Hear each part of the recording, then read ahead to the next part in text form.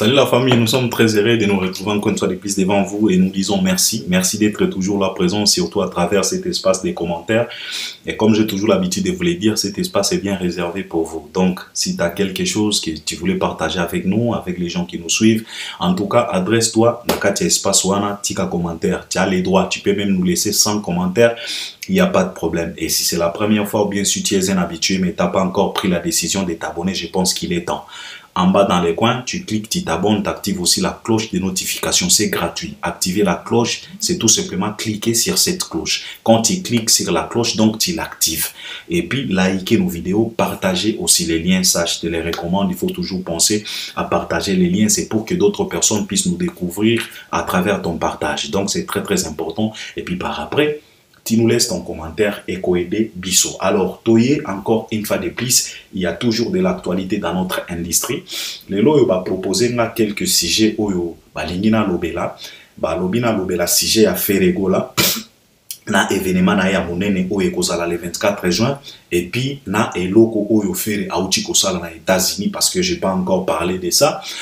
Concert wana batu balobi est-ce que déplacement wana ezalaki pena important, est-ce que fere vraiment ezalaki pena important pour à se déplacer na États-Unis et pourtant à un grand événement na Kisasa. Il nous reste qu'une semaine parce qu'aujourd'hui nous sommes déjà les 17 et puis ezana sujet mosusu balobi na lobela ya fali na ndeko na biso yo soki mutombo soki nani soki busolo na politique na sortie médiatique na yewana et puis na ba actualité mosusu o ezo concerné l'artiste et musicien Fally Ipupa. Alors ce qui t'a à permettre en tout cas na kolobela pe ba artiste misusu. Alors vous savez mes chers frères, Ferregola il fallait à se déplacer na États-Unis.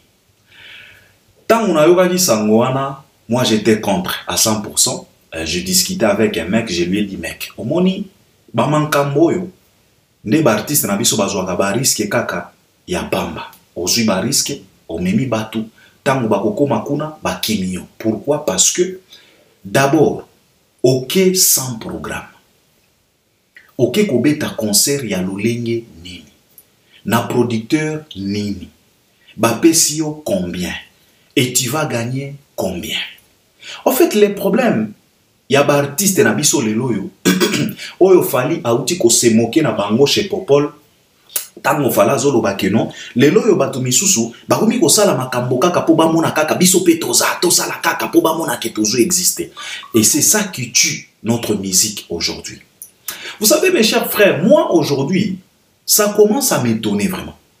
Je suis vraiment choqué na phénomène oyo ezana kati ya ba artiste na biso.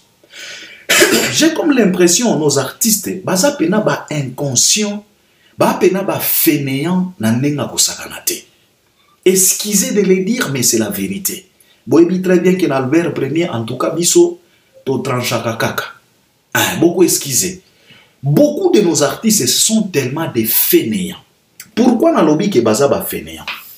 Les loyo nga nazo kamwa komona ba artiste na biso bakomi ko se limiter na komema batu na poto.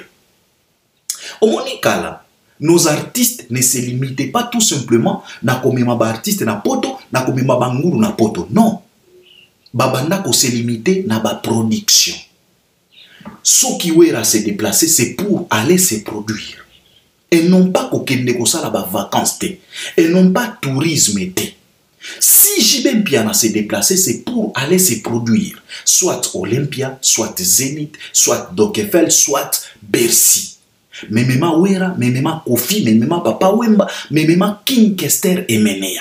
Si ce n'est pas ça, peut-être pour aller enregistrer. Parce que dans l'époque où on a, qui pena na structure, il y a ba orchestre. Donc il faut ba voix et concorder. Par exemple, ba wenge alemaka bazawana, Didier Masela zawana. Donc il faut ba ngonyo so bazala na studio pour ba yemba parce que notre musique, vous voyez très bien que ça se joue, c'est du live. Il faut au bêta. Au moni. Donc babanda ko se limiter te na ko se déplacer kaka. Ke wenge ke poto et puis par après et l'eau malonga ezate. Nakala, ce n'était pas comme ça. Nos artistes se déplaçaient pour jouer, pour livrer des concerts, pour se produire. tango bakozonga bazongi na bamwa mutuka, bazongi na bamwa lochocho, bazongi na bamwa bilamba. Et puis baleki pa mamilela, balobi mamilela, to uchi boye, to beti Bercy, to beti Zénith, c'était ça. Mais à ma grande surprise aujourd'hui, nos artistes bakomi ko se limiter na komema kaka bato na poto. Tango tunie, ok, omemi bato na poto, obeti wapi ndeko, o to salaki mwa répétition chez Djonga, o to salaki mwa concert moko vite fait na Turquie, o to répétaki awa, o to betaki mwa concert et pas ndeko. Donc c'est comme ça maintenant nos artistes bakomi ko fonctionner na 2023. Raison pour laquelle na lobi que ba artiste na biso baza pena ba inconscient, ba pena ba fainéant. Vous savez mes chers frères, notre musique a souffert. Pendant plus de 11 ans, il y a existence dans l'espace Schengen. Cette musique est pour vivre les sous-soutés. Aujourd'hui, je pense que nos artistes, il faut baser à moi devoir. Il faut baser à moi conscience, il faut pas activer conscience na bango. Cette musique a tellement souffert à cause de l'interdiction. Alors on doit faire quoi pour que cette musique puisse revivre encore, puisse respirer encore dans l'espace Schengen? C'est à travers quoi? Est-ce que c'est à travers tout simplement les déplacements ou bien à travers les productions? Po babeta li solo ya miziki na biso, bakobeta yango à travers nini? Babeta li solo ya Kofi na France à travers Bercy. Babeta li solo ya Wera na France à travers Double Zénith. Babeta li solo ya Jibe na France à travers Zénith na ye. Oyo etikala mitiki ke Jibe a beta Zénith son kitoko. Babeta li solo ya Papa Wemba à travers ba production. Babeta li solo ya Taboulay à travers ce qui plie de 7 Olympia. Babeta li solo ya Betty Masikini à travers Zénith. Babeta li solo ya King Kester Emenea à travers Zénith. Mais si koyo lelo na poto bakomi ko beta li solo ya artiste na biso à travers nini? À travers tout simplement se déplacer. Tu te déplaces avec 15 personnes, aux ongina 10. Tu te déplaces avec 8 personnes, aux ongina 6. Tu te déplaces avec 9 personnes, aux ongina 4. Et nos artistes se limitent là-bas. Et pour eux, c'est tellement, donc, wanande a sali makambo. Et puis, on a ba analyste, ba journaliste, ba zokumi sa paye, ba zoro bakeno, aza quand même mobali, à parvenir quand même comme ma batu na poto. Est-ce que, wanande il fallait à la pena de voir na bango? Wanande ekosala que musique oyo ezonga lisusu na poto. Wanande ekosala que babeta lisusu lisolo ya rumba oyo bauti ko désigner yango ko considérer yango lokola patrimoine immatériel na UNESCO. Est-ce que bakobeta ka lisolo ya musique wana kaka à travers ba déplacement et non pas à travers les productions? C'est tellement honteux. Et c'est par là, moi, je dis que nos artistes, ce sont tellement des fainéants, ce sont tellement des ignorants, ba vision exatée. Donc, bango bakomi ko se limiter kaka. O déplique, aza mobile la mema ki batuna poto. Il a joué combien de concerts au abeta ki na cave. Au Fabregas, a mimi batuna poto. Il a joué combien de concerts au abanda ko beta na basal moko boy na ba restaurant devant 5 personnes. Et vous voulez à ce que cette musique puisse revivre encore, puisse faire face, puisse soulever la tête dans l'espace Schengen. Et c'est la raison pour laquelle Batounet Babokechu, Tilelo, Bazoloba, qui musique et Kozongana 2085. Pourquoi? Parce que Yemoko Bokechu azota la lobby ke batoyo, bazandengenini. Parce que vous êtes des incapables. Et tout ça, c'est à cause de quoi? Kosala makambo po ba mona. Moninga memaki ngapena memakaka. Et puis okomona artiste bayambie na plateau bao tungisa. Donc bao mettre mal à l'aise. Oh yo, ndeko na yo, auti komema batu na poto, yo komema bango mo kolonini et komi pena problème. Est-ce que ça devrait être un problème?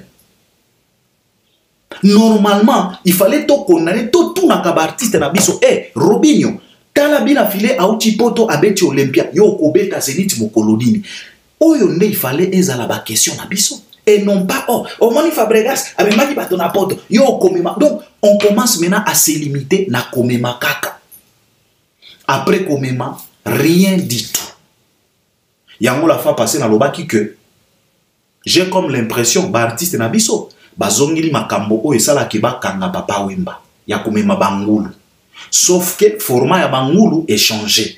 Bangulu bakomi kaka ba membre ya ba effectif ya ba orchestre na bango. Bangonde bakomi bangulu. C'est comme si bandeko wana bakomi ko coopérer na ba leader na bango. Que patron ndenge tozo kende poto zo ata mwa 1000 oyo, zo ata mwa 3000 oyo ngati kanga na poto. Soki tokomi parce que oza na ba connexion, oza na ba connaissance, peut-être ko zo visa na nzela na yo et ko za la facile. Alors naza na moi 5 balles nanga tango toko koma tikanga na poto. Moi j'ai comme l'impression bakomi ko sala ba kopa lolenge wana parce que c'est tellement honteux.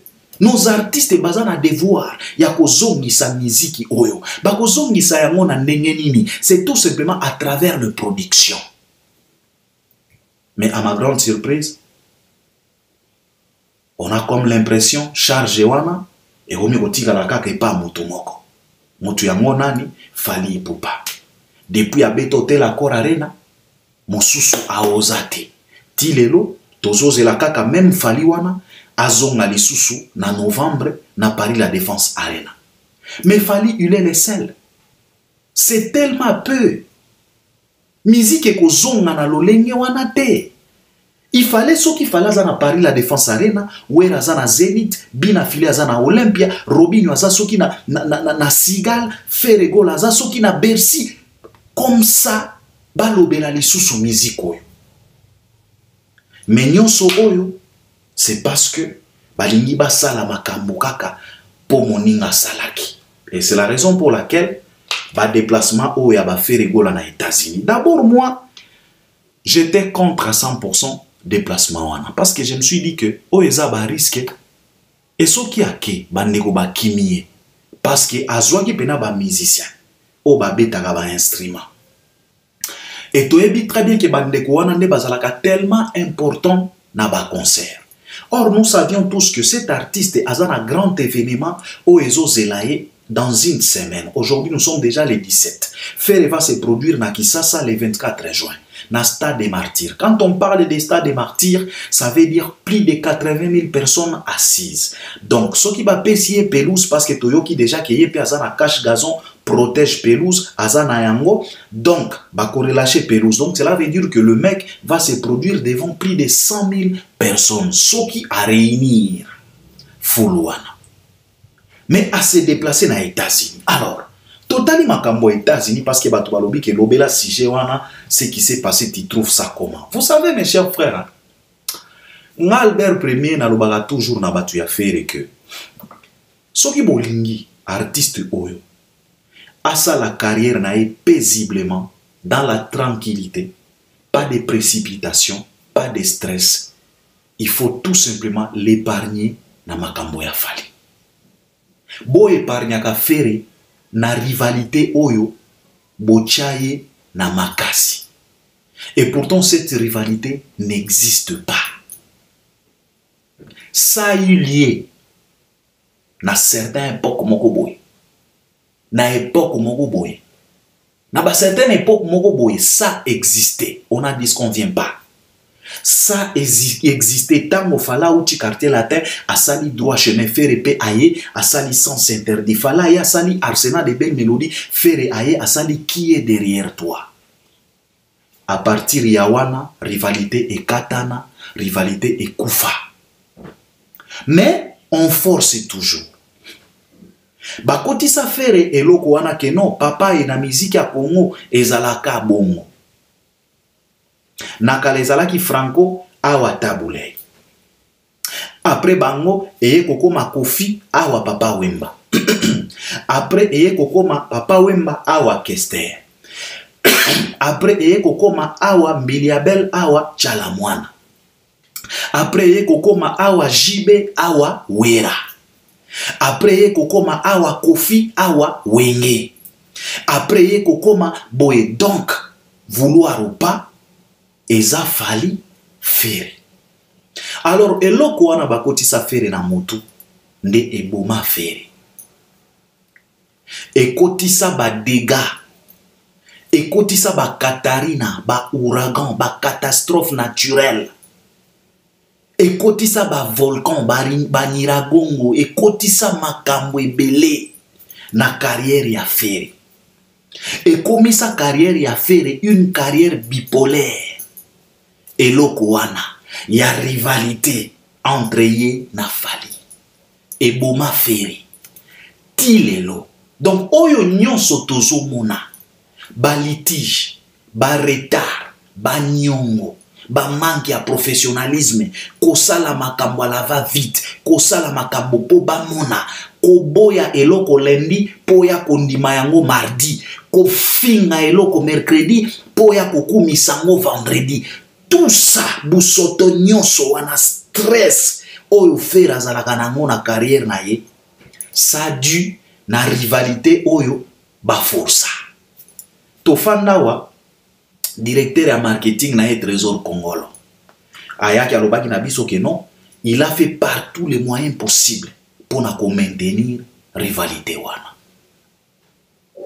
Donc consciemment bango moko bayebi très bien que ça ne devrait pas être rivalité wana, mais bazana choix te. Parce qu'il y avait Wera et Jibé, il y avait Kofi et Papa Wemba, il y avait Mbilia et Tchala, il y avait Taboulay et Franco. Donc, vouloir ou pas, il faut qu'il y ait Fally et Ferré. Et Nduizaï na erreur. Yango tozomona. Quand se déplacer dans les États-Unis à Ferré, c'est tout simplement parce que quand Fally s'est préparé pour venir fracasser Stade des Martyrs, à Outaki États-Unis. Après ça, qui va mot d'ordre na États-Unis. Alors Ferré yepe ndenge bachaye eloko wana na moto yepe azwa yango afanda nango amonake yango nde idéologie, donc il faut na exister kaka yango esali que Ferré pe a se déplacer na États-Unis. Yango na uchi koloba na bino awa miziki na biso ekozonga na espace Schengen na ndenge nini na ba comportement ya boy. Tu te déplaces dans les États-Unis. Aux un grand événement à Kisasa. États-Unis en ok. Pour un producteur américain, pour la production, il y a combien d'argent?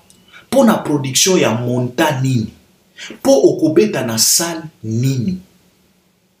Oko se produire wapi. Et puis bakopé so combien. Eko bakisa nini. Parce que pour moi, pour conclure déplacement à faire, je peux tout simplement te dire que ndeko moko boy azalaki na ena Kisasa calme, mais essuyer kana libomo amoni que non, en tout cas nanu na semiliete il faut na kende kaka ko similier na États-Unis pour ayoka bien. Donc Ferré ezane tibano yo azofanda na ndako, donc po babeti ete azo sentir bien te. Omoni ezalaka na bana misusu. Donc chaque jour il faut abeta makaka po ayoka bien. Ezane ti ba fait. Donc soki ba humilier yete ayoka ka bien te. Donc c'est comme si le mec il est tellement exposé à l'humiliation. C'est comme si il a signé un contrat avec l'humiliation. Donc ezane ti ba bano yo. Donc soki tongo timidi, soki nanu ba beti yete do akosala bêtise nyonso. Po ba beta e kaka po journée na ye ezala complète. Ezana ti ba faire. Donc ce qui fait nano assimiler te, nano se faire humilier te, ayo kaka bien te. Soit na ba sortie médiatique, soit na ba décision, soit na ba makambo moko boizanga mutu na makolo. Tala humiliation oyo bokejo alobaka. Se déplacer, kozwa risque. Papa, voyage na avion ezalaka pe risque. Ekoki osala crash te. Soki boye bagata. Ezaka kaponza mbalo la abatela kabiso. On circule tout simplement sous la grâce de l'Éternel et dans la grâce et par sa grâce. Voyage eza pe risque. Avion pe koki kosala crash. Donc tu te déplaces, au sali ba dépense ba billet.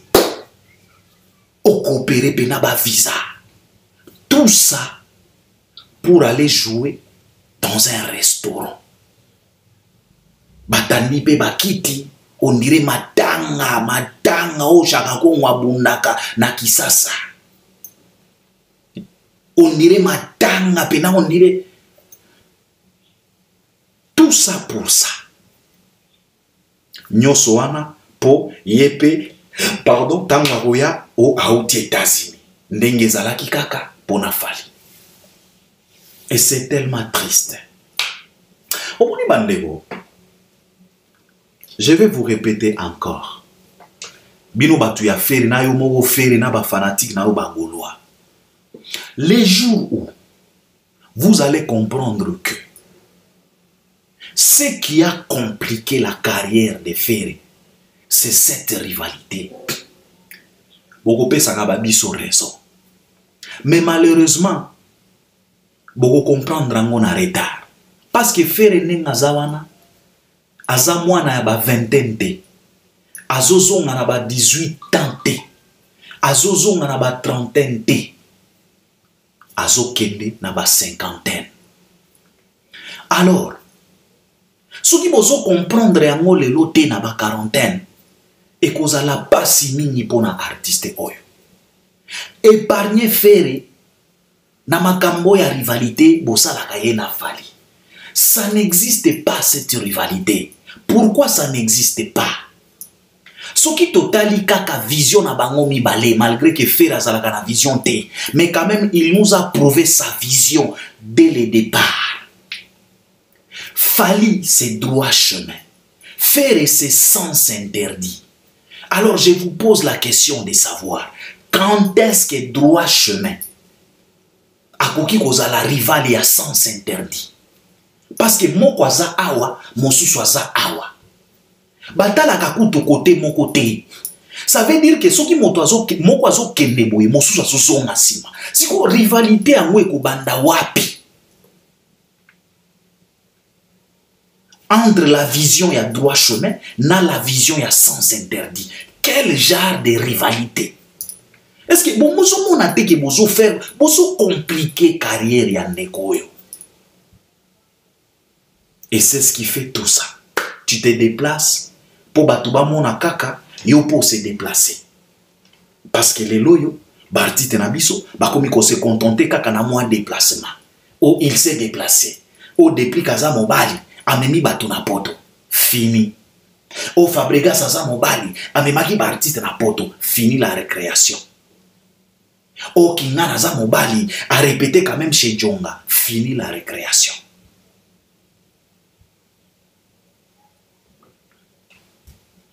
Nalandi tonton Bev na demeure na dab. Tonton Bev a félicité Ferré. Alobi que non, tu féliciter Ferré parce que moi évolution les losos qui fait à parvenir. Mais Nathalie tonton Bev n'a ce qui peut-être tonton Bev voulait caresser tout simplement l'artiste au sens du poil. Mais je voulais dire à tonton Bev ceci que tonton t'as aidé nos artistes. Tant mozoloba évolution et affaire. Quand tu les félicites, est-ce que tu te rends compte na année oyotoza? Cher, toza na 2023. Alors pose-toi d'abord la question de savoir, un artiste qui a parvenu à déplacer son orchestre, Tina France, et puis il s'est produit na salle neti Zénith en pleine Paris, na 2010. Et c'est le même artiste aujourd'hui, na 2023. Il se déplace avec quelques personnes, quelques membres et orchestres pour aller livrer un concert dans un restaurant. Je pose la question à notre tonton Bev. Est-ce que Oyo ezapena évolution? Parce que nalandi au Bev. Moi je pense que tu voulais tout simplement caresser faire au sens du poil. Est-ce que Oyo pena eza évolution? Artiste Oyo a parvena komema orchestre mobimba na poto po abeta na Zénith en pleine Paris et puis abeta ki na 2010. Mais lelo yo toza na 2023, 13 ans après, c'est le même artiste qui se déplace aujourd'hui avec quelques personnes pour livrer un concert dans un restaurant bar. Est-ce que on a pena évolution? On a pena félicitations?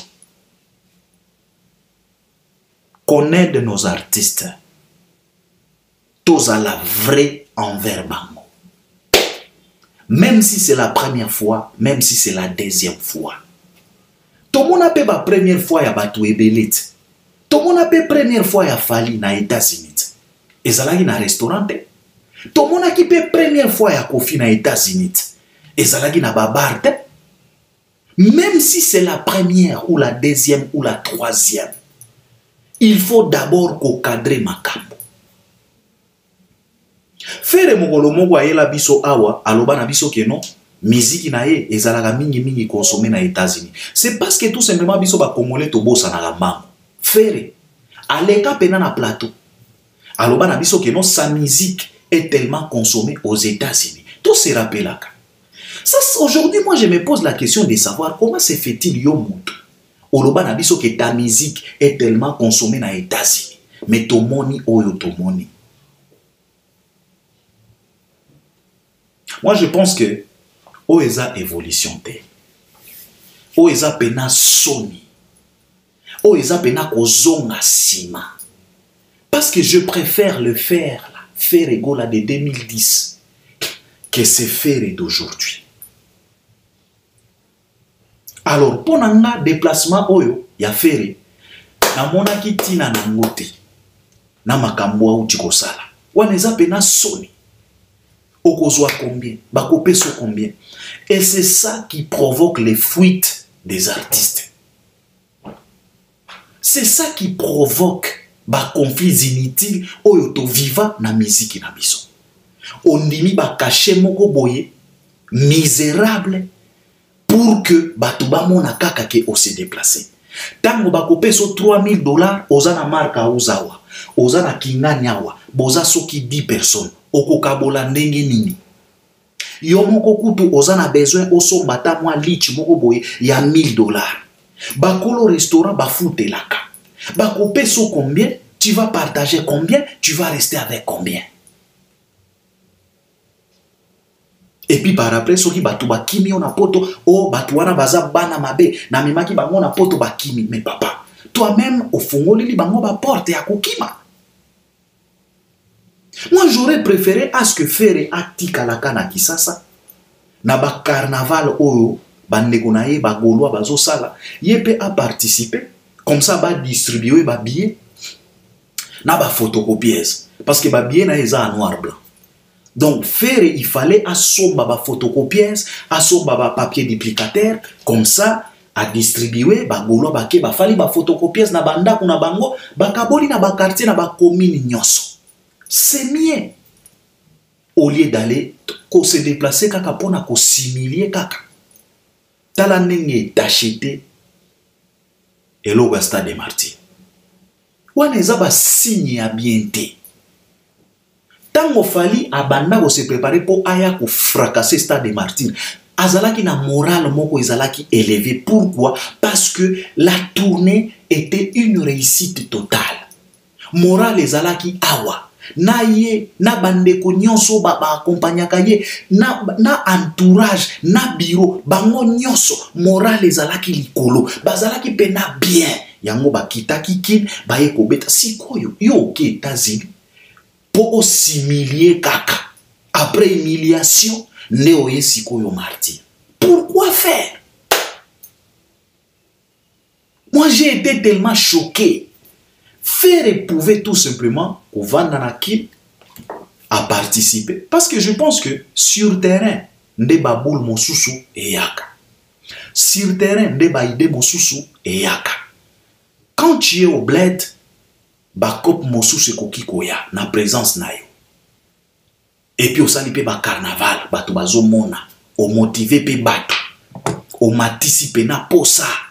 Bazomona efere boke soki na ngiringiri boke soki na matonge boke soki wapi kuna bo sali bo tourner batu ba moni fere. Moi j'aurais préféré à ce que faire atika la kaka nakim parce que déplacement na ye oyo ngana moni penalty na ngote batu bazo féliciter mais ça c'est de l'hypocrisie.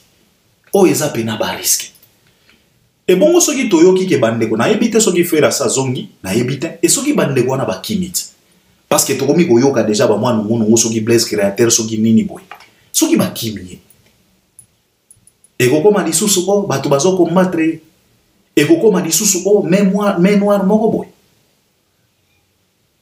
Il faut arrêter. Il faut bo aider Ferré asala makambo lokola Ferré.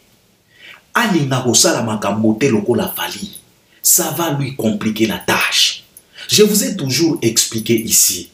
Si vous voulez la course na Fally papa, il faut bien vérifier moteur na yo. Vérifie d'abord boîte à vitesse. Vérifie d'abord mafuta na kati ya motuka. Vérifie d'abord moteur na yo. Vérifie carburant na yo. Il faut qu'on vérifie ba pneu. Parce que tango bakobeta piololo, papa. Soko tali bien te, moteur eko pété. Na 1 km ya pamba, explosion. Parce que vitesse au nego mobile fala zanango, eza ya awate. Alors bo épargne ka Ferré, kolinga ko sala makambo lokola Fally te, ça va vous compliquer la tâche. Alors pour moi, déplacement à États-Unis, na monaki tina nango te. Eza kaka lokola mwana oyo, soki nanu ba beti ete ayoka ka bien te. Ndenge moko kaka na Ferré. Soki nanu asali likambo oyo ekosala ba finga yete, ba humilier yete, c'est comme si Ferré ayoka ka bien te. Yango tomoni. Alors, préparation au stade des martyrs qu'il nous reste qu'une semaine. Biso nyos tozomona makambo maole kana kisasa. Nazota la nazoseka. Omoni o balobaka wa que critiquer, calomnier, mépriser, ne pas accepter, minimiser makambo nyonso fala salaka. C'est tellement facile. Tout le monde peut se permettre. Ya koleka na plateau quelconque, ya kofinga, ya koboya, ya konier, ya minimiser. Tout le monde peut le faire. Mais on a comme l'impression c'est quasiment impossible de faire oyoye ya salaka. Tozala kiawa, ba tu as fait to mona bango. Concert a ofele, ba o kababa billet. Et pourtant, la conférence de presse ya Fally, to mona ki professionnalisme. Place au falaza ki akofanda na ba sponsor na e batandami. Okomona sponsor ki nga na lobi ke biso to sombi déjà 40 000 billets pour na ba consommateur ya ba produit na biso. Okomona sponsor mosusu a lobi biso to sombi déjà 30 000 billets pour na ba consommateur ya ba produit na biso. Okomona pe sponsor mosusu a lobi biso to sombi 15 000 billets pour na ba consommateur ya ba produit na biso. Et stade des martyrs ezalaki déjà bouclé. Mais oyo tozomo n'est pas à faire. Phénomène wana bandeko ya Ferré balobaki keno eza concert ya lipa soki lipa mateka ofele ba terme ba utilisaka na bled. Mais siko oyo biso tozomona lelo d'abord billet ya noir et blanc. J'ai discuté avec un mec à l'obi na est-ce que Albert, est-ce que Ferré pena azangi mbongo pena ya ko faire impression ya ba billet pena ya couleur o eza pena présentable o eza pena billet moko ata moto soka za na ngana loboko a omona ki pena na sombi billet na lobi na ndeko wana mon cher frère eza na makambo ebele o biso to ignoraka. Ferré c'est un artiste et musicien. Omoni makambo bozomona ba réalité nyonso bozomona makambo nyonso Ferré azosala ezo caractériser biso personne ya Ferré. Donc oyo nyonso bozomona ça c'est du Ferré bola. Ça vraiment c'est du sens interdit. Donc soki bomoni makambo eleki na ndenge mosusu ke oyo bozomona c'est que wana za Ferré lisusu te. Po ezala pena Ferré, il faut to mona oyo tozomona. En tout cas, ça vraiment c'est du Ferré gola. Moi je dis à ces messieurs, je dis mes mecs, comment voulez-vous à ce que Ferré gola à ça là-bas impression, à ça là-bas dépense. Au moment où le mec, ce qui t'ozui à ta 2022, na mwanda mouya 2023, qu'on se pose quand même des questions. Ferry, abeti wapi, à côté ici combien? Parce qu'on nous a dit ici, même le pasteur Denis Lessi nous a dévoilé en disant que non, pour jouer dans le Stade des Martyrs, et c'est un mbongo, et c'est un budget, et c'est un montant quelconque. Et c'est un dépense, plus de 100 000 à 150. Soko lingi pe ba mankamwe kene na level mosusu, tu peux aller même à plus de 300 000. Alors qu'on se pose d'abord la question. Faire yango, banda 2022, ti le lotoza na mwa ndambu ya 2023. Faire à côté ici combien? Moi je pense que tout ce qu'on est en train de voir, est à faute, il y a pas moyen. Parce qu'une bonne communication, c'est de l'argent. Si tu veux bien communiquer, il faut dépenser. Car la communication, c'est de l'argent. La communication, c'est les moyens. Alors, Tomi Tuna, faire ça pena na ba moyen. Est-ce qu'il a accepté de se produire au Stade des Martyrs parce qu'il était prêt, il avait des moyens.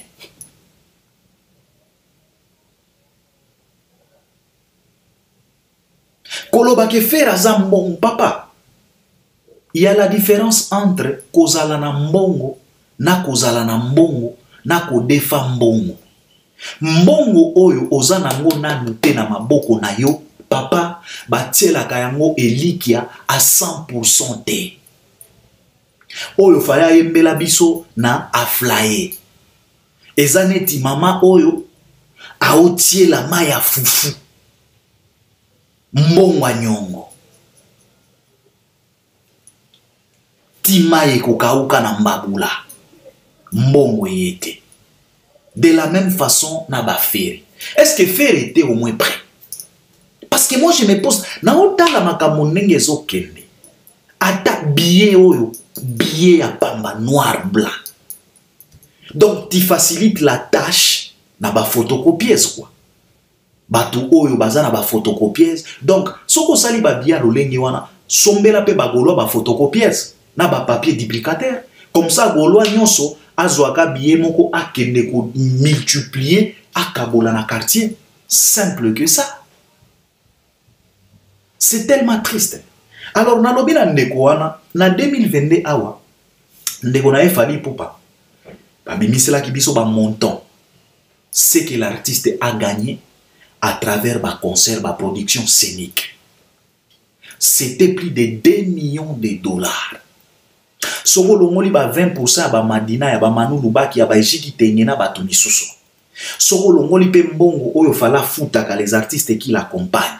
Soko longoli pe ba dépense ba billet ba bilamba na makambo mosusu ba restauration. Je pense que na plus de 2 millions de dollars fala kozanga ta moi 1 million 200 naye.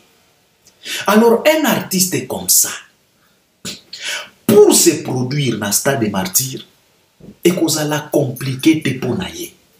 Yango bomona ki même ba billet ya Stade a Fally. C'était des billets. Oh, t'as la pena, oh, yo pena billet, ba bracelet. Donc, yo moko zo mona quand même moi classe. Malgré ba combat, malgré ba mémoire, malgré ba difficulté, parce qu'il y avait les moyens, il a surmonté. Dans ça qui émission, na loba kiawa, kolinga ko sala makambo loko la facile, Fally eko compliqué faire. D'abord, moi, je me suis posé la question de savoir. Quel genre de complexe oyo fera zalaganango pour aller acheter protège gazon? Et pourtant, ndeko na Fally asombaki yango déjà. Protège gazon eza déjà na Kisasa. Nako alloué yango, nako kende ko somba. Pour utiliser yango wapi? Tu vas utiliser ça combien de fois? Au bêta kate, aux alaka na carence ya ba production. Mais pour na complexe, pour kaka fala sombaki, biso pe photo somba. Et pourtant, mbongo oyo bo sombaki ba cache gazon wana, vous pouvez tout simplement récupérer mbongo wana, bo imprimer ba billet ya bien, et puis mon sous bo allouer. C'est du business. Ko allouer cache gazon ya fali, cela ne veut pas dire que des concerts et baby, non. C'est du business. Comme ça, bah, dépense aux ça là inutilement pour na kokende koso. Cache gazon pour utiliser en combien de fois. Après stade de martyr au beta wapi. Nyonso oyo, pourquoi? Parce que fallait salaki. Ngape il faut na sala. Fala sombaki, oh presse, so qui to alloué à mort, bah comme on a biso ba yuma, il faut to somba. Wana nde ki vrai yuma sikoyo, ba complexe à l'olenge wana. Et pourtant, il y avait la facilité de récupérer mbongo wana, ya kokende ko dépenser pour na ba cache gazon, ba protège pelouse wana, bo alloué à na mbongo mo na montant moko raisonnable, et puis mbongo moso bo ko récupérer, bo sali ata impression ya ba billet moko ya kitoko. Ou bien bongo wana boke ata na braza bo alloué ata na bino pe bo alloué ata petit porteur wana bino pe bo matisi ya bino banderole. Où est le problème? Depuis 2022, 2023, faire abeti combien de concerts? Aouti ko beta na Femiwa, mbongo a Femiwa alia yango déjà kala.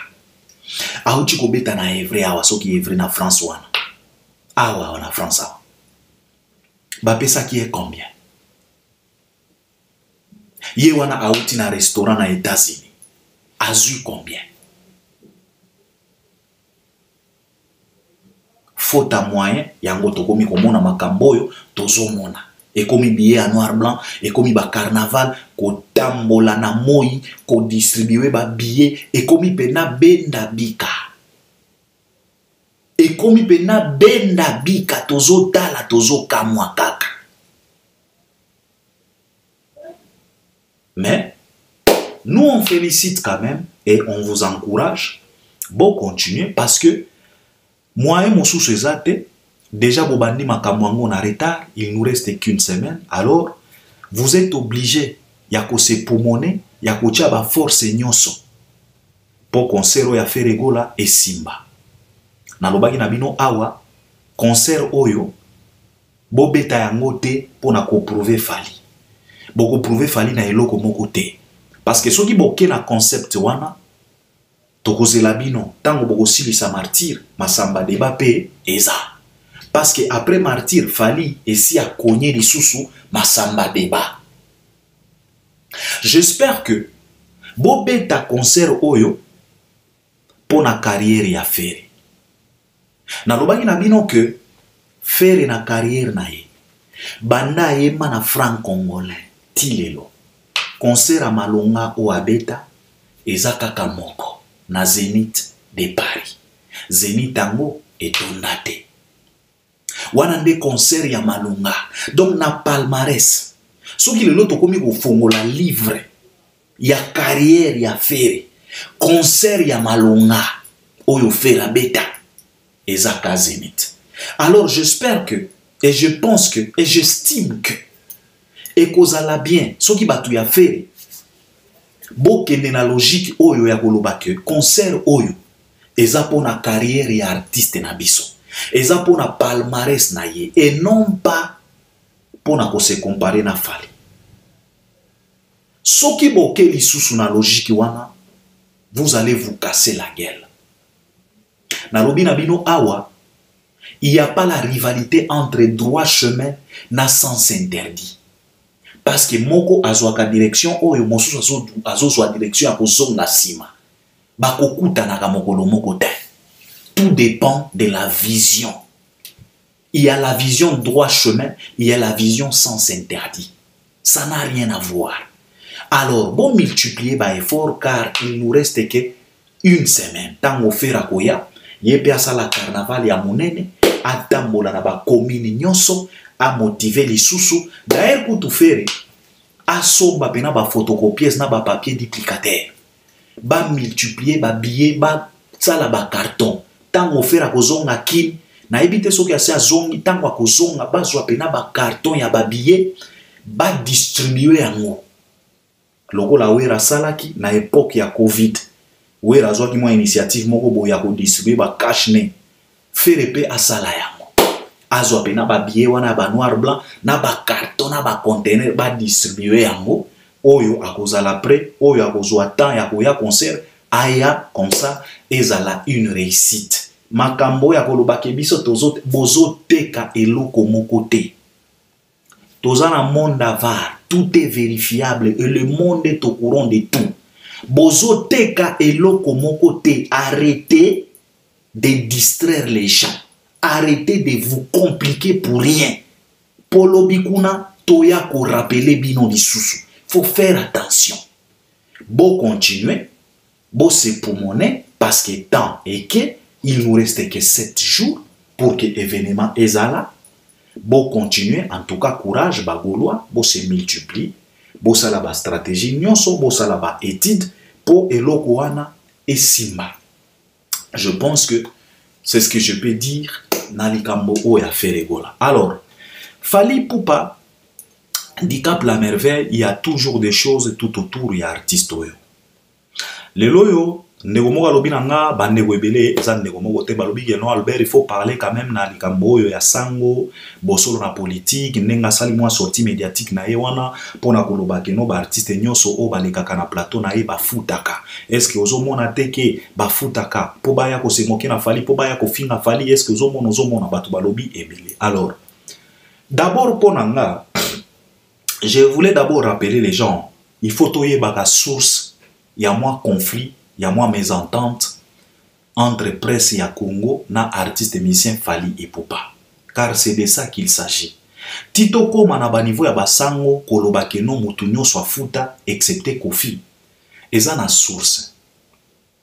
Omoni conflit a Fally na presse. Tika na benga ngo conflit bien mésentente.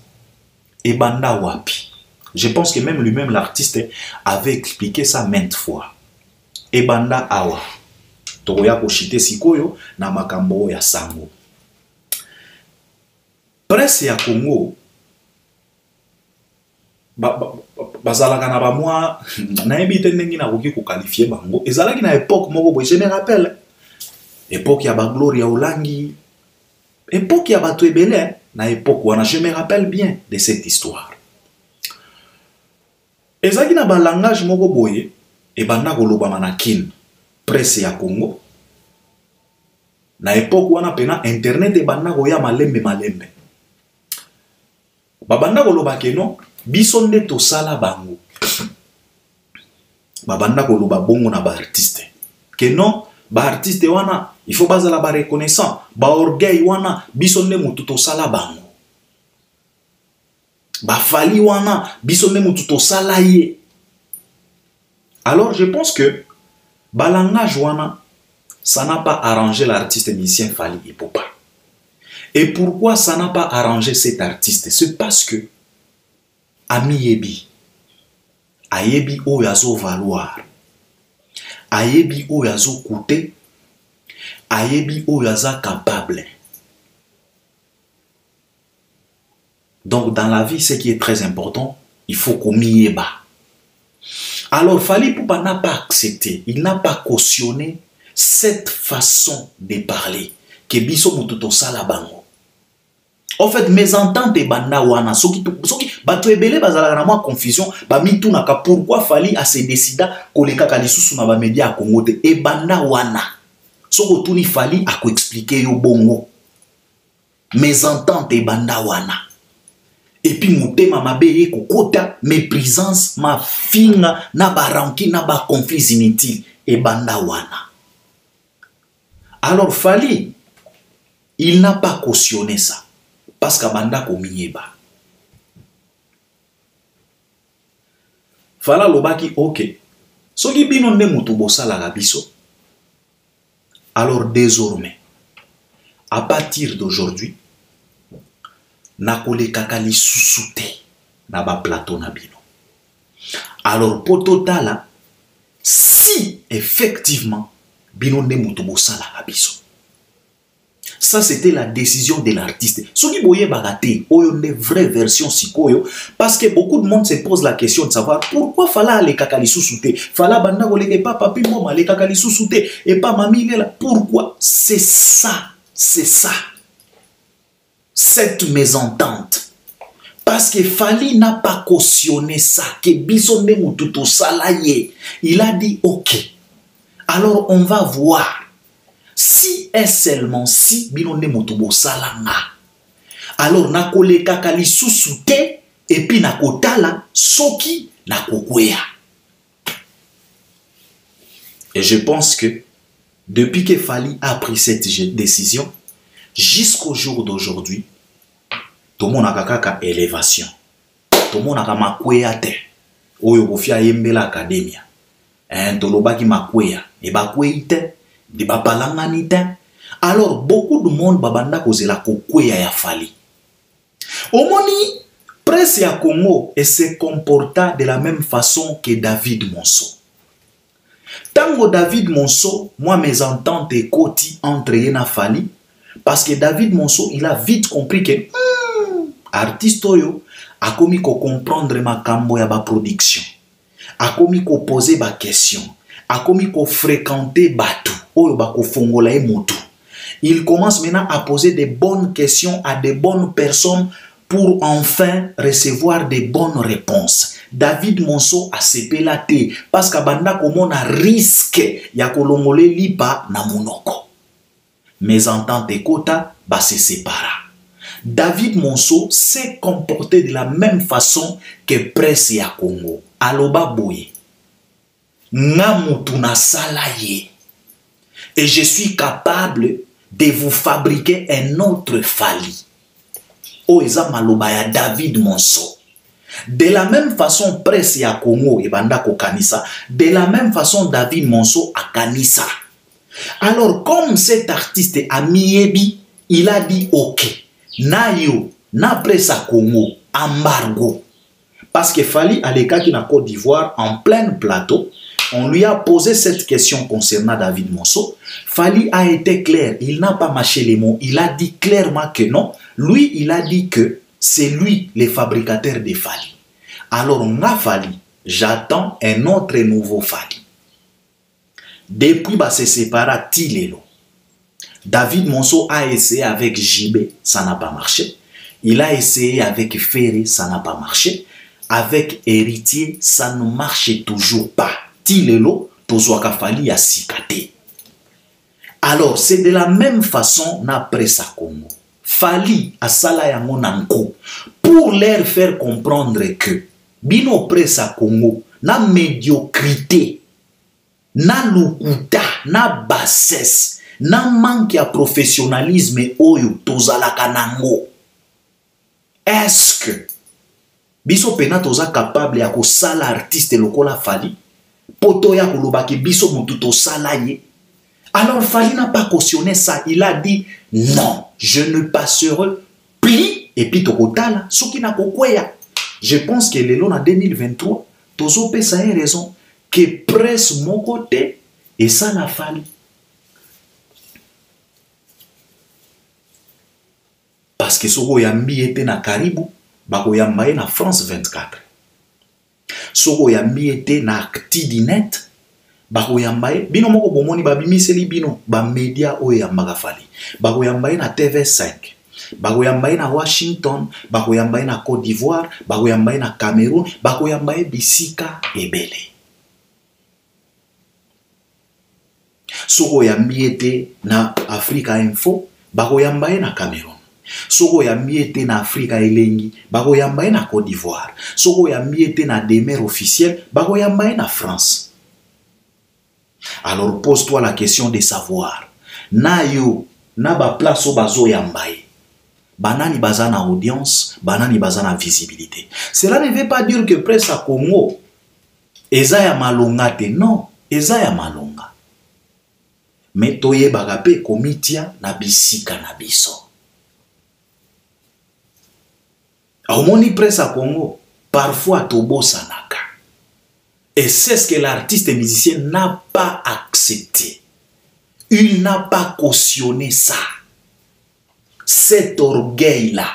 Je me rappelle à cette époque, tant qu'il fallait à ça la déclaration, il y avait de ces journalistes, chroniqueurs, journalistes, qui va se mobiliser pour ça la marche na Kisasa. Je me rappelle comme si c'était hier. Ça la marche na Kisasa pour na boycotter Fali. Tango batuna Fali fala loba ke ok, nazoze la marche wana et ko aider ngape na comprendre qui est qui. Au final, marche wana et salamate. À partir ya wana, ne rupture, ne cassure entre Fali na ba média mosusu, entre Fali na ba plateau mosusu, entre Fali na ba journaliste mosusu, ne ba conflit et utawana. Ti lelo, ne bomona Fali, il peut cautionner même 3 ans sans coller na média ya Congo. C'est à cause de ça.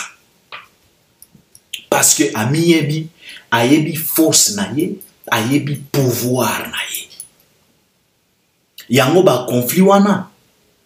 Et continua tilelo, tokomi na basango, na busolo na politique. Réalité obokomi komona. Eza na source nango. C'est parce que il y avait l'orgueil. Alors l'artiste n'a pas accepté cet orgueil. Il a dit non. Alors on verra. Entre moi et vous, Nani Akosila. Mais il nous a prouvé 1000 fois qu'il est au top. Parce que, vouloir ou pas, osala ennemi, osala fanatique, osala révolté, osala maudit, osala zombie, osala cadavre, osala nani. Okolobela Fali. Dans le bien, dans le mal. Donc il nous a prouvé que Azo dépendre na presse na bisoté. Et il est le numéro 1 aujourd'hui, pas à travers presse na biso. Parce que tosalaka eloko moko te pona artiste oyo.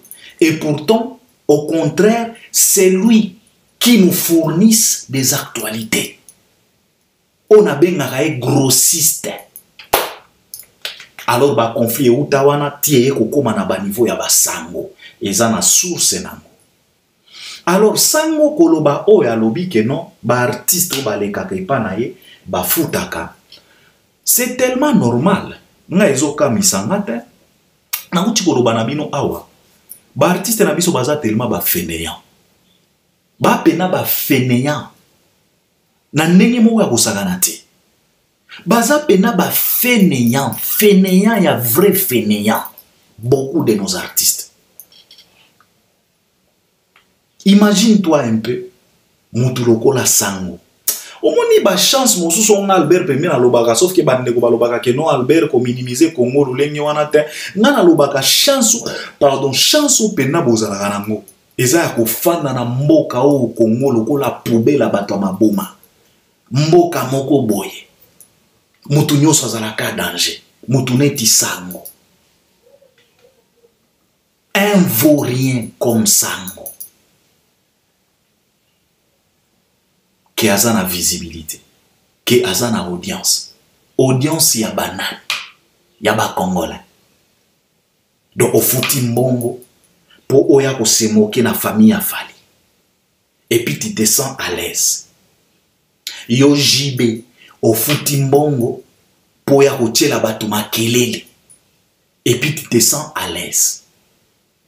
Yo fere au fouti mbongo pour oya ko ignorer nana ketchup na plateau ya sango et puis tu te sens à l'aise. Yo inonce bi au fouti mbongo pour oya ko se moquer na famille a Fali et puis tu te sens à l'aise.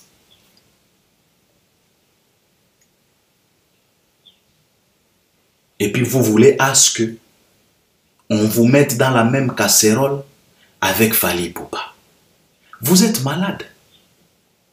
Tala nenge bino moko bokumi si zoba oya sango yepe akomi ko fanda akomi ko se sentir que azo peser jusqu'à ce que akomi ko se permettre ya ko salela bino ba live ya ko dénoncer bino ya ko bimisa bino na poisa ke no bofutaka excepté Kofi parce que baliaka ba pondu na ba sokoko.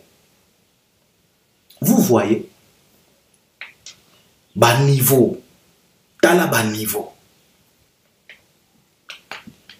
Yo inonce bi pena. Tu payes de l'argent pour les kaipa sango, mais tu te donnes les kilos ya kofunda TV5. Qui est?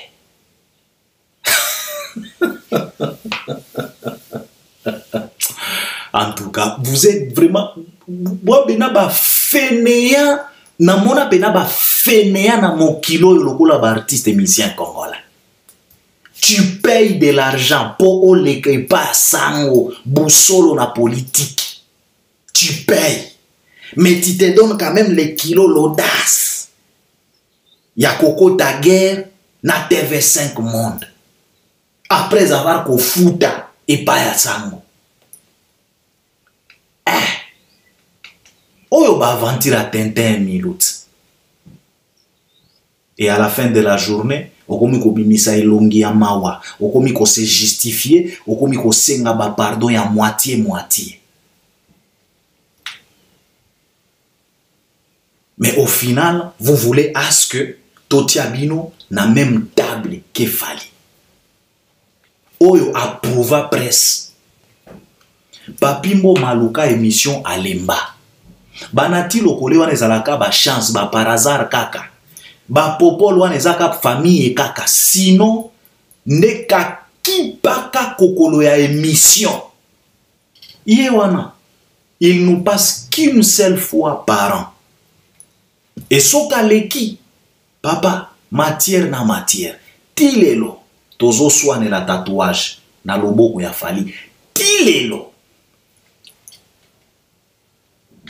faire les gars qui pas mamie là émission eleki lokola mon pépé. Pourquoi Fali il peut pas parler?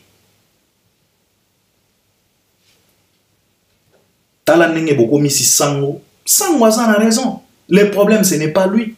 Les problèmes ce sont nos artistes. Ce sont tellement des fainéants. Bayebi valeur na bangote. Bayebi position na bangote. Bayebi te. Bazo valoir combien?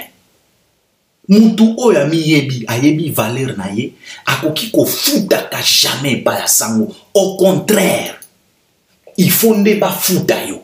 Toyoka ki Nati Lokole. Quand Nati Lokole avait réussi Fali na makamba baniki menga. Nati Lokole avait dit quoi? Quand il a été réussi par Thierry Mombaya, Nati Lokole nous a dévoilé que non, eza na cadre moko boye na structure moko boye ya Congo, balobaki ke ba futa biso mongo, ba futa artiste mongo po akende to ke ko réaliser émission na cadre na bangwana. Nati Lokole avait dit ça.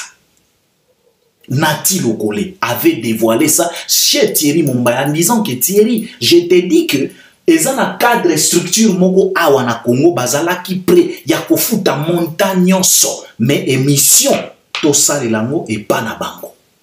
Ça c'est Fali. Ça c'est un artiste au Amiebi. Ça c'est quelqu'un qui a défié la presse congolaise. A beta bango kao debout. Tilelo bakoka yete. Basala par tous les moyens possibles. Lelo bagomi obimisa ba papa misusu. Et pourtant bango moko balobaki na biso ke no Fali alia papa na mama. Lelo ekomi papa mususu. Cet artiste là. On a rappelé si Sango raison. Le problème ce n'est pas Sango. Le problème ce sont nos artistes. Bazomiye bate, bazoye baba valeur na bangote. Au fouti mbongo po oya ko ignorer nana ketchup. Et puis ozongi pe palais, o meli pe mai, o fendi tranquille. Yo mobile. Au fouti mbongo po oya ko se moquer na famille a Fali. Et puis par après, tu te donnes les kilos, tu te donnes les... Donc, tu te sens capable. Ya koko ta guerre na TV5. Après avoir ko fouta mbongo et pas sango. Ça c'est la sorcellerie. Oyo Kindoki, en plein midi. Donc moi je pense que affaire Oya Sango, Sango a raison. Le problème ce n'est pas lui. Moi je ne condamne pas Sango. Moi je condamne nos artistes et musiciens. Je pense qu'il est temps, artiste na biso, balongwa na fainéantisme. Parce que eleki makasi, bazo miye bate, bazo perdre contrôle, bazo perdre ba maîtrise de soi. ba conscience professionnelle est koufa désactivée. Et tout ça, c'est à cause de quoi? La jalousie envers l'artiste et musicien Fally Ipupa. Ils sont prêts à tout. Ils sont prêts à être traités comme des cons, comme des fainéants, comme des bouffons. Mais, bandi makaka te oyo fala zo sala. Yangwe kumi kotinda bango tina ba niveau ya kofuta ba mbongo. Oyo sango alobi. Peut-être misusu pe bakobiba. Peut-être acti dinet pe baliaka mbongo. Peut-être pe nomboli no aliaka pe mbongo. Et yesango akomi ko dévoiler. E bana kabwe. Lobi tokoyoka pe misusu ezaka ka sango te biso pe tolia mbongo ya kingani ya kingani ya kingani. Et tout ça, ce n'est pas la faute ya sango, ce n'est pas la faute ya média, c'est la faute à nos artistes. Kozanga komiyeba. Nos artistes, ce sont des fainéants. Bazanga pena valeur. Onga na lobaka Albert Premier. Tozanga personnalité na Congo. Un Congolais. Azanga pena personnalité. L'intelligence nous visite rarement. L'intelligence toque à nos portes rarement. Et puis ataso qui est koti et fanaka longtemps te. Dans quelques minutes, intelligence est kenango. Moi, je ne condamne pas Sango. Sango, il a raison. Le problème, ce sont nos artistes. Yangwa no monaka, parce que Fally a miebi. Et puis, vous constatez bien, na ba milliers na ba mboko to fandaga, na milliers à ba Congolais. Si tu es un Congolais, oyo ayebi valeur na ye, ayebi ndenge na ko se comporter, obimaka toujours mabe na communauté. Tango bazo beta lisolo na okoyoka kaka ye wana mikumisaka ye wana mimonaka, c'est parce que on comprena valeur na yo. C'est toujours comme ça. Et c'est toujours comme ça avec Fally Ipupa. C'est parce que Fally a comprena niveau na ye, a comprena valeur na ye, a respecta vision na ye. C'est la raison pour laquelle bomonaka nyonso oyo bozomona. Et c'est la raison pour laquelle en aucun jour Fally akoki kozwa mbongo na ye pour afuta media moko boye quelconque ya Congo. Peut-être avant ba droit chemin, peut-être il avait payé. Peut-être, si je ne me trompe pas, peut-être, mais aujourd'hui, je ne pense pas. Alors moi, je ne condamne pas Sango. Sango, il a raison. Le problème, ce sont nos artistes. Ce sont nos artistes et bazoï baba Valère na bango te. Et puis, à travers jalousie na bango, envers Fally, yamwe koum kotin na bango, bah se comporter bongo. Alors, comme on parle de Fally, l'artiste émissien Fally Ipupa biso nyosto yebi, aza actuellement na Kisasa, touti komona na répétition. L'artiste a dévoilé les biso titre moko na kombo ya nous deux. Yemoko alobi soon, very soon. Togoyoka musique, togoyoka nzembo, togoyoki déjà ba extrait, souka na nzembo. Je pense que Mayday place ça, SL place ça, Noctambule place ça, Éternité place ça, CEO place ça, Garde du cœur place ça, Humanisme te, science-fiction place ça, Je t'aime matiré qui anga na place ça, qui ananga, kit complet place ça, MH place ça, Marlène place ça, Doc Jeff place ça. En tout cas, bala tabagan. Parce que nenge tozo sentir nzembo nude nakomi kobanga pena, nakomi kobanga pena Mayday ezwa pena adversaire. Ndenga flyer ezwa kuba. Parce que lelo on parle plus da flyer. Amore yaki kao debout à flyer makala. Mais amore yepe ezui kumoko taizona kosa. Ya Mayday. Amore pema, 8e merveille pema. Lelo tozana Mayday, tozana SL, tozana Éternité, tozana Marlène, tozana Bibi de la Renta. Alors Fally Ipupa alobi na biso ke non, en tout cas, son tokozwa nzembo wana. Ndeko moko alobi o Fally pena ko embrouiller biso non. Ce n'est pas quoi embrouiller. L'abondance des biens ne nuit jamais. Omoni l'artiste a comprendre que biloko nanga nyonso nazo proposer batu bazo sepela nango. Alors, il faut proposer. Soki ba consommateur baza papa kotika te. il faut qu'on multiplie les produits. Et ça va produits parce que les consommateurs sont là. Alors ceux qui vont consommer les lotés, vont consommer le mongoloni. Donc Fally a compris. Et puis il a compris ça depuis la nuit temps. Parce qu'un jour, il nous avait dit que non, nous avons inondé le marché. Nous avons inondé le marché. Au lekiawa de la renta, au lekiawa c'est l'amour, au leki kuna meide, au zongi boye SL, au katisi boye MH, au zongi boye éternité, au ke boye meeting class, au zongi boye seyo. Et puis sur au telemi, nous deux. Biso nyosto banda ko kanisa ke nzembo yo ndenge fala banda ko kende nango c'était pour la femme Nana Ketchup, mais fallait dévoiler biso que non eza nzembo ya yembeli ba marié ayembeli Albert Junior na mwasi na ye na bosani kombo en tout cas ayembeli bango nzembo na kitoko et j'espère que nzembo yo ekozala pena nzembo yo banda ko beta na ba mariage noso ekozala pena nzembo ya ba marié. Parce que Fally na album on faire 1007 apesi pena bato nyonso ba se retrouver banzembo ba célibataire banzembo ba révolté banzembo ba marié banzembo bazana pasi banzembo ko bondela et puis abimiseli biso penzembo ya ba marié un mariage pena et j'espère que na aliro tozo sentir nzembo wana tozo zelango bras ouverts. En tout cas les warriors, je pense que vous êtes prêts pour vous consommer nzembo wana eza nzembo kitoko parce que to sentir déjà bilingi nango. Alors l'artiste musicien Fally Ipupa, il s'est produit, je pense que c'était hier si je ne me trompe pas, na anniversaire il y a Bralima, Bralima, ouais, si je ne me trompe pas, si je dis pas de bêtises.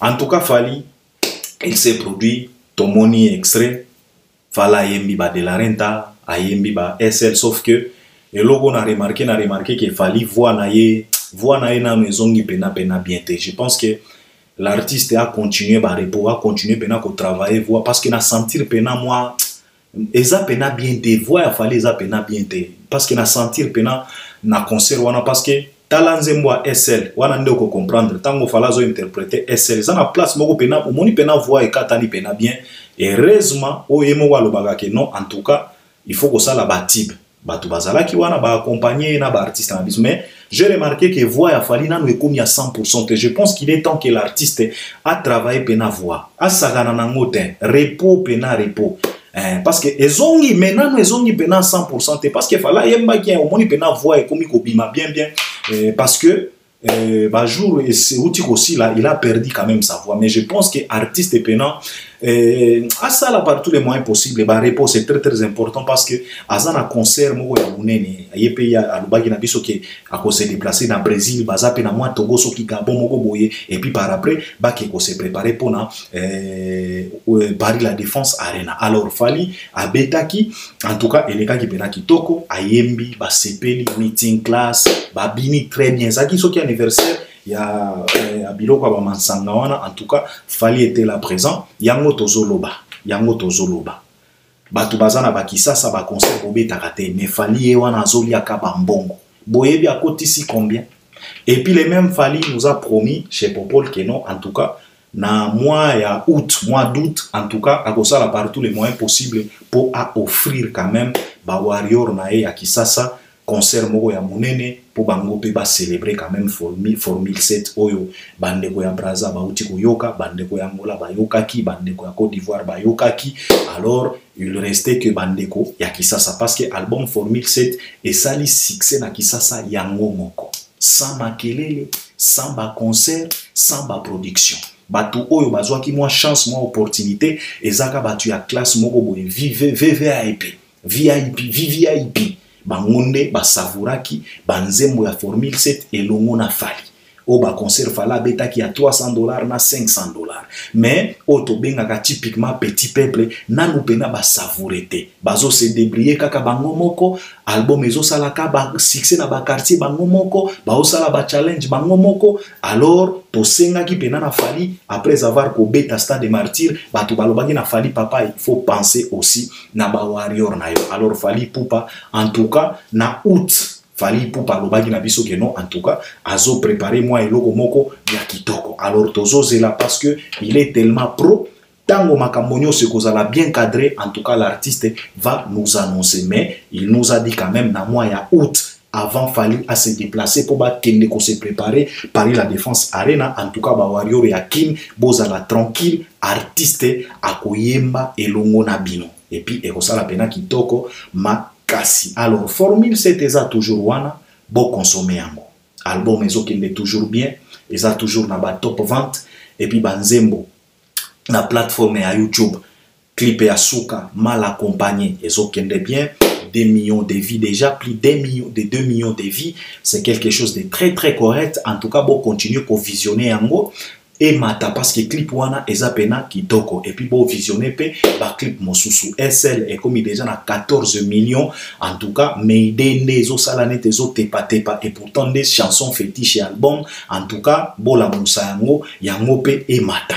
Et puis, la chanson fétiche de cet artiste et musicien, Fally Ipupa, Eloko Oyo, Bisonyos Toyebi, Eloko Oyo, Nzemboana, na katia plateforme à YouTube, et ça se rapprocher petit à petit, na 100 millions de vies. Et pour un rappel, c'est la seule et l'unique chanson Oyo ya artiste et musicien congolais, Oyo eza na chaîne na ye, Oyo eza na ba vie et belé, banda musique ya Congo, et banda, eza Eloko Oyo. Alors ba Warrior tango bo consomaka banzembo mosusu tango bo visionaka banzembo mosusu il faut bo kanisaka penzembo wana Eloko Oyo comme ça un bon matin tola mukaboye Eloko Oyo et battre record ya 100 millions de vies na propre chaîne ya artiste et pour ça la pena kitoko ma kasi. Je pense que je dois m'arrêter par là. On est ensemble dans une pena battant et belé, mais c'était important quand même. On est ensemble et j'espère que vous allez m'accompagner à travers les commentaires. Alors abonne-toi si tu n'es pas encore abonné. On est ensemble à la prochaine. Merci beaucoup.